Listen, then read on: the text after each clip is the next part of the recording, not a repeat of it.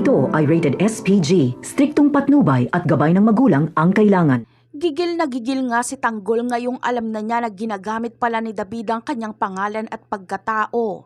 Ang titulong sinangla ni David ang naging hudyat, kaya matutuldukan na ang yabang at angas ni David.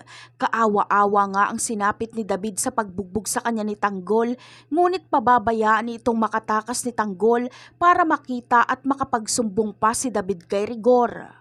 Dali-dali ngang uuwi si David ng San Dimas. Laking gulat naman ni Rigor sa itsura ni David dahil halos hindi na ito makilala. Nagpaplano na sanang sumugod ang mag-amang Rigor at David kay Tanggol, ngunit biglang ang dumating si Ramon at ang mga tauhan nito at agad silang pinaulanan ng bala. Walang ibang paraan sila Rigor at David kundi sa bintana na lang dumaan. Kailangan kasi nilang iligtas ang kanilang mga buhay dahil pag magkataong madali agad sila ni Ramon ay wala na silang pagkakataon para makaganti sa mag-amang Tanggol at Ramon. Ngunit mukhang mamalasin nga si David dahil mahuhuli siya ni Ramon. Kay Ramon nga magtatapos ang buhay ni David. Ngunit darating nga si Rigor para sana iligtas si David. Agad niya ngang pinutukan si Ramon.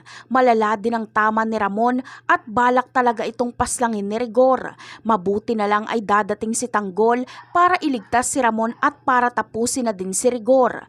At yan ang aabangan natin sa mga susunod na episode. Bye!